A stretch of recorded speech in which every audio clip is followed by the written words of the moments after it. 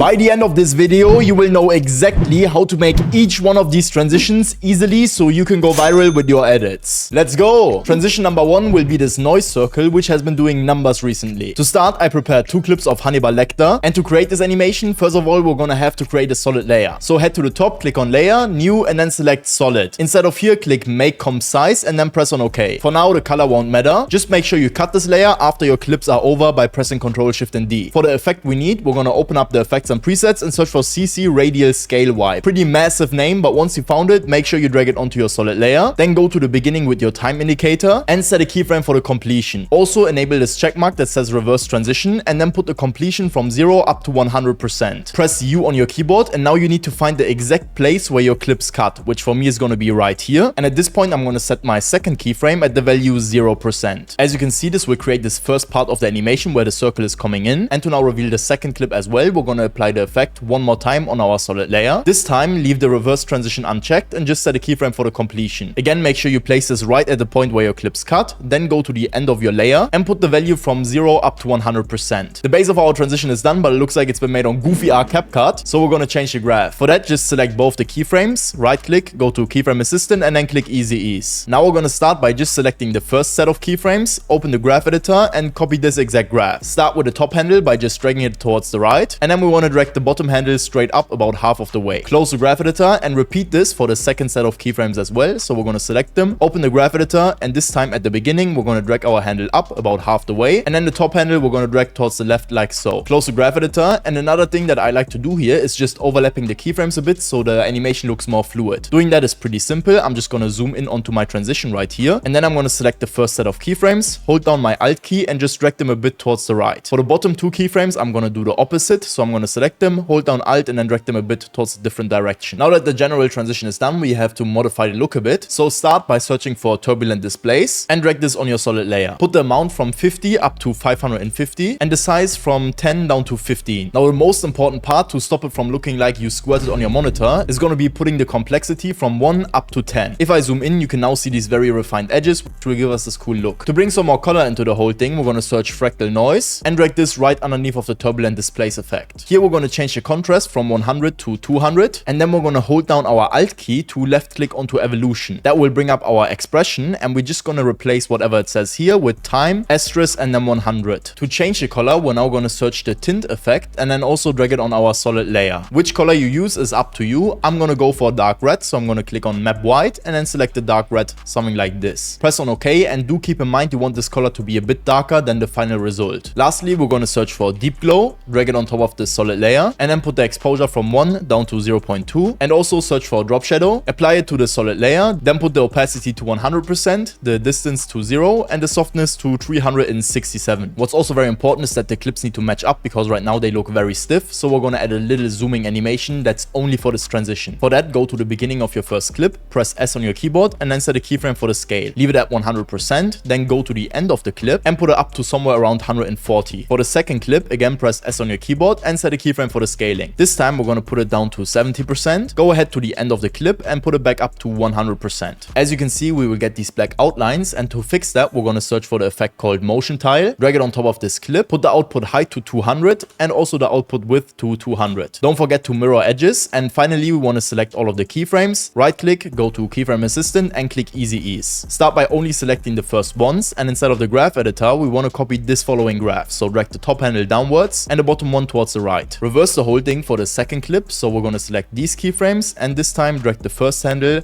up about this much, and the top one we're going to drag towards the left for the same amount we did with the first one. Don't forget to enable motion blur for all of our layers, and that's how you create this amazing noise circle transition. Which brings us to transition number 2, and that's going to be this glitch sliding animation. To create it, we're going to break it down into 2 separate transitions because you can see we have one sliding animation and then the glitch with the red line going from left to right. Let's start with the sliding because that's going to be fundamental. Make sure you have 2 clips ready, and instead of effects and presets, the first one we'll need is called S_blur more curves. Drag it on your first clip, then go to the start with your time indicator and set a keyframe for the Shift X. We're going to leave it at 0, press the U on our layer, and then move our time indicator all the way to the end. Here we're going to create our second keyframe, which will be at -670, and to get rid of this black bar when our clip is moving towards the left side of the screen, we're going to go to Warp X and instead of No, select Reflect. The graph is going to be pretty simple. Just select the keyframe keyframes, right click, go to keyframe assistant, and then click easy ease. Open the graph editor, and we want to start by just dragging the top handle towards the right like so, and the bottom one we're going to drag up towards the same direction. To keep consistency in our edit, we also need the next clip to slide in the same way, so we're also going to apply S_blur curves to the second clip. Again, set a keyframe for the Shift X at the very start, but this time we're going to put the first keyframe to positive 670. Again, for the warp X, instead of no, select reflect, then press U on your keyboard and go to the very end of the clip. Now for the second keyframe, we're going to put the Shift X down to 0, and similar to before, we're going to select the keyframes, right click, go to keyframe assistant, easy ease, and open the graph editor to copy this graph. The top handle we're going to drag straight down about this much, and then the bottom one we're going to extend towards the left. Just make sure they roughly look the same. Once that's done, our clips are finally sliding in a smooth way, and we can get to the red line glitch. For that, start by creating a new layer. So go to layer, new, and then select solid. Here it's very important you use the color that you want your slide to be in, which in our case is going to be red. So for the color, I'm going to select the nice bright red. Press onto OK, and then OK. And again, similar to the previous transition, we're going to cut this layer right at the end of our second clip by pressing Ctrl Shift and D. Now, because the solid is covering our entire screen, we're going to have to reduce the size so it's only a small line. And for that, we're going to press S on our keyboard. Make sure you disable this check mark, which is called constraint proportions, and put the left value to about 40%. Depending on how thick you want it, you can adjust it, but I like 40%. To get the kind of transparent look for our line, because we want it to blend in with the clips, we're going to go to the bottom and click onto this button called toggle switches/modes. Once that's done, we're going to go to our red solid layer, and for the mode, instead of normal, select multiply almost at the very top. Then also, instead of effects and presets, we're going to search for drop shadow, drag it on top of the solid layer, put the opacity to 100, the distance to 0, and the softness to 300. To make it move across our screen, we now have to decide where we want this animation to start and end. In my case, I want it to start about halfway through my first clip, which is going to be right here, and then I want it to end halfway through my second clip, which is going to be here. You can just isolate the section again by pressing Ctrl Shift and D, and then delete these extra parts. Now that we have the right length, we can go to the beginning, press P on our keyboard, then right click onto the position and select separate dimensions. Set a keyframe for the X position and make sure you decrease this until your line is completely moved out of the screen, which for me is going to be right here. Now go to the end of your solid layer, and then we're going to increase the value until it's on the opposite side of the screen, which for me is going to be the right side. You can see now when we preview, it's moving, but we want it to look a bit smoother. So again, easy ease the keyframes, and then in the graph editor, we just want to start by dragging the top handle a bit towards the middle and the bottom one also more towards the middle. Next up, we're going to add our glitch, and for that, we're going to create an adjustment layer. So go to the top, click on layer, new, and then select adjustment layer. Cut this to the exact length that your solid layer is. So for me right here, and then also right here. Delete all of the extra parts, and we should be left with this nice clean snippet. The effect we want to use here is called glitchify. So drag it onto the adjustment layer. Also very important, your adjustment layer should be at the very top of your timeline. Now to make it start, we're going to go to the beginning of our adjustment layer and set a keyframe for the glitchify amount. Here we want this to be at 0, and also the glitchify speed we're going to put down to 10. Press U on your keyboard and then go ahead to the middle where the clips are cutting. Right here we want to put the glitchify amount up to 50, and lastly go to the end and then put it back down to 0. For the graph, of course, we're going to easy ease the keyframes and then open the graph editor. Here it's going to be a bit different than what we did so far. What we want to do is select the graph and then drag these top handles towards the middle like this, and then the bottom handles we're also going to extend towards the middle about this much for both of them at the same time. Once your graph looks like this, you can close the graph editor, and I personally also like to mix the glitchify look a bit up, so I'm going to go to my glitchify settings and put the random seed from 5 up to 5500. Don't forget to toggle your switches again, and then enable motion blur for your red solid layer. Once that's done, add your color correction, and this should be your final result. Next up is going to be something that's a little bit more aesthetic, and it's going to be this nice vertical slicing transition. Before we get into that, I want to tell you about the editing competition I'm hosting inside of my community. Because if you're watching this right now, you still have until the 26th of October to join the competition and win up to $100 cash. This will be entirely based on skills, so it's not just a good opportunity to flex, but also to make some money. All you gotta do is be a member inside of my community, second link in the description. Hope to see you there. To create this animation, we will reuse the sliding animation we did previously. So from the previous transition, we're gonna use the exact same slides, and these are mandatory, so otherwise this transition won't work. Only thing I want to change here is press U on my keyboard and then kind of shorten the duration of the animation. So instead of it starting at the very beginning of our clip, I'm going to select my keyframes,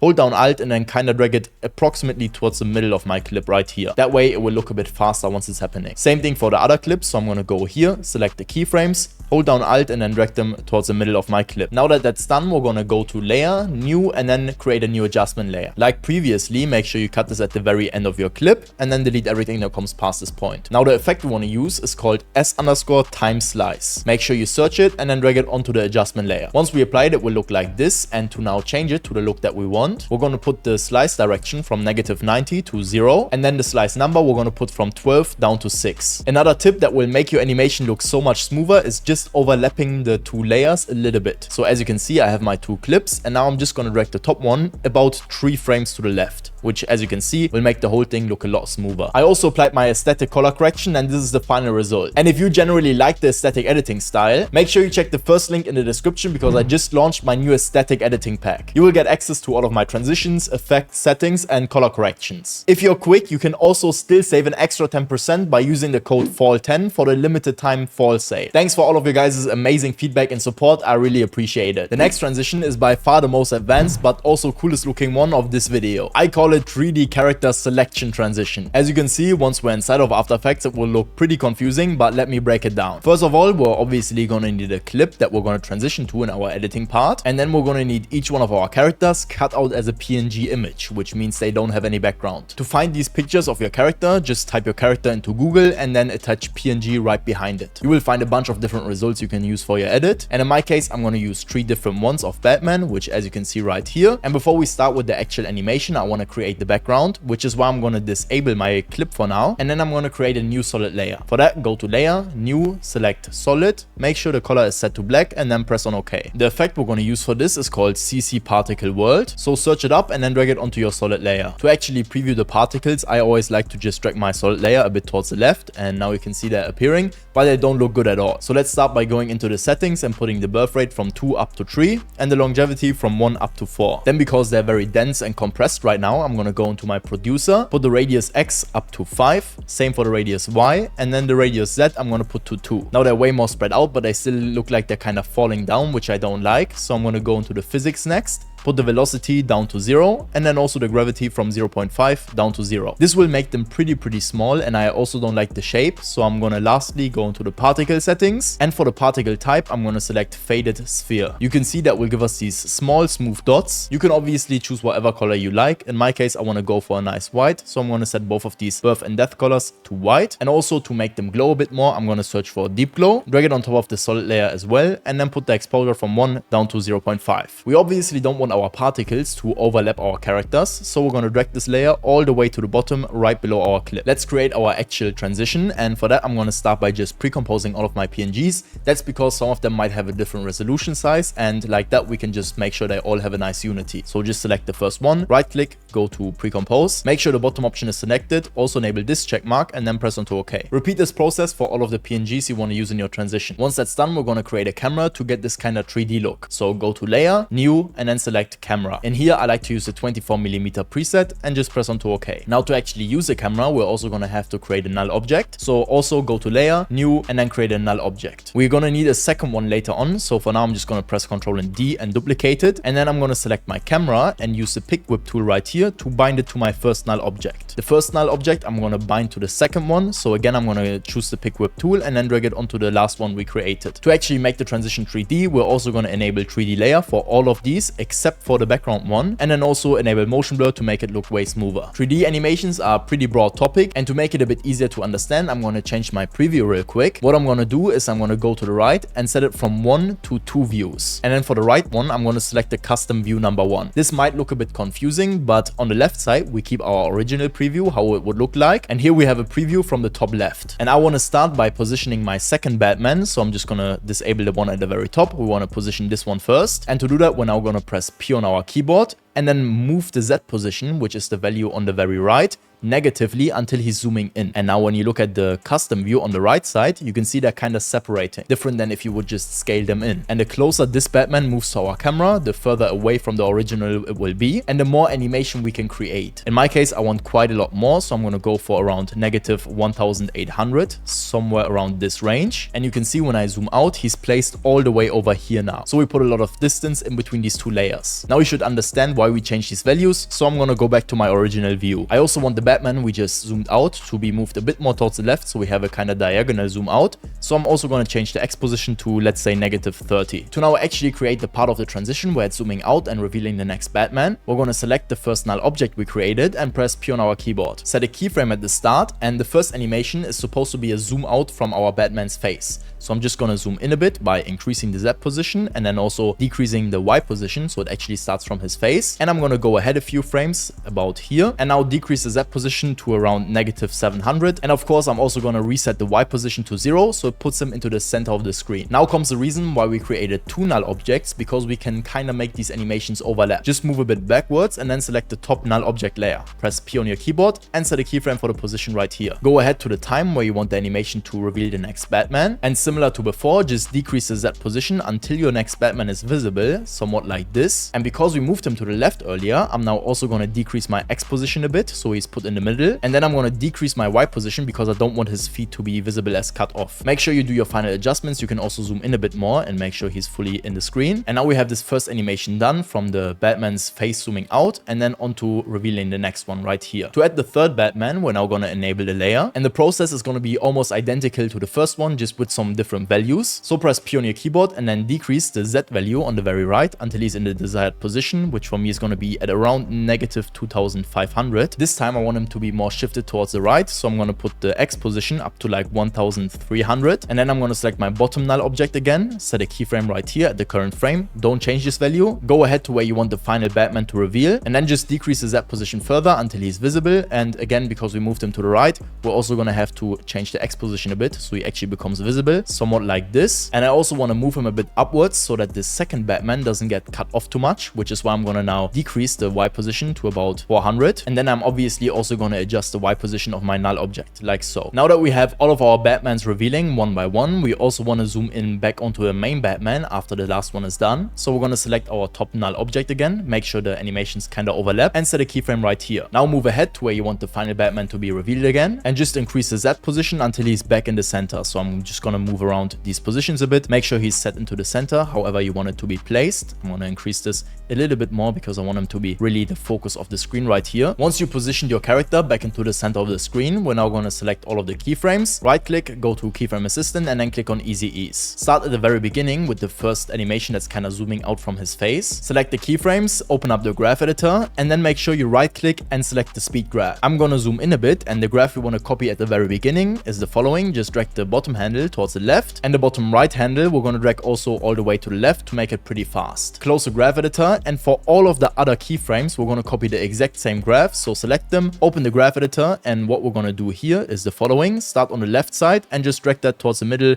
to about 70%. For the right one, we're going to do the same thing, drag it towards the middle to about 70%. Make sure you copy this exact graph to all of the following animations that you have. Now when we play ahead, our animation should already look a lot smoother, but we still have some work to do because we want this picture to transition to our editing part. And to do that, I'm now going to bring my clip that I have for my editing part planned all the way ahead here to this point and enable the view of it. Right here at this point, I want my editing part to start, so I'm going to drag this all the way here so it fits up with that frame, and then I'm going to duplicate this layer once by pressing Ctrl and D. Then I'm going to zoom in a bit and make sure I cut out one exact frame. So move one frame to the right and then cut this layer by pressing Ctrl, Shift and D. Delete everything that comes past here. Then select the rotor brush tool from the very top, which is this one with the little man next to it, and double click onto the short snippet you just cut out. In here we want to make sure we use the green brush to color out our character, so just hover over it and make sure all of him is selected. If at any point you select too much by accident, just hold down the Alt key and then hover over the edges you don't want selected. Once you cut out your character, make sure you click onto the freeze button right here, which will analyze and then freeze everything in place. And then we can go back to our main composition, right click onto this small snippet, go to time, and then freeze frame. Now I'm just going to extend this layer a bit towards the left so we have some time to overlap. And if we go ahead, you can see we now have a cutout section of our original clip. I'm going to drag these two layers, our clip and the cutout section, all the way to the top so it overlaps the Batman PNG. And then depending on when you want it to come in, you can also extend a bit more. And then I'm going to move to the point where I want my clip to come in, press T on my keyboard once, set a keyframe for the opacity and put this down to 0%. Go ahead to where you want your character to be fully overlapping and put it up to 100%. What will happen now is, as you can see, once it zooms back into our Batman, our character will overlap and then switch to our clip. So once our clip starts playing right here, we can delete all of the other layers so it doesn't get confusing, which is why I'm going to select all of them and then press Ctrl Shift and D and finally delete everything that comes past this point. We also want to have a small glitch when our character comes in, so we're going to create a new adjustment layer on the very top by going to Layer, New, and then Adjustment Layer, and we're going to cut this to the duration where we want the glitch to happen. So for me, a little bit longer than the fading up transition, and the effect we want to use is called BCC Cross Glitch. Drag it on your adjustment layer and in the left side disable the shake section. I'm also going to put the seed to 15, and then because we only want this glitch to affect our two characters, not the background, we're going to select the adjustment layer, the short snippet with our clip cut out, and then the first Batman and pre-compose them all together by pressing Ctrl Shift and C. Make sure you use the bottom option, enable this check mark and press on OK. Also, don't forget that you now have to re-enable 3D object and motion blur for this layer, and for the transition between intro and editing part, we're again going to make a new adjustment layer and cut this to around 30 frames of length, with the middle being exactly at the point where they cut. Then search for the effect called S_shake and drag it on top of this adjustment layer. Enable motion blur and put the frequency up to 12.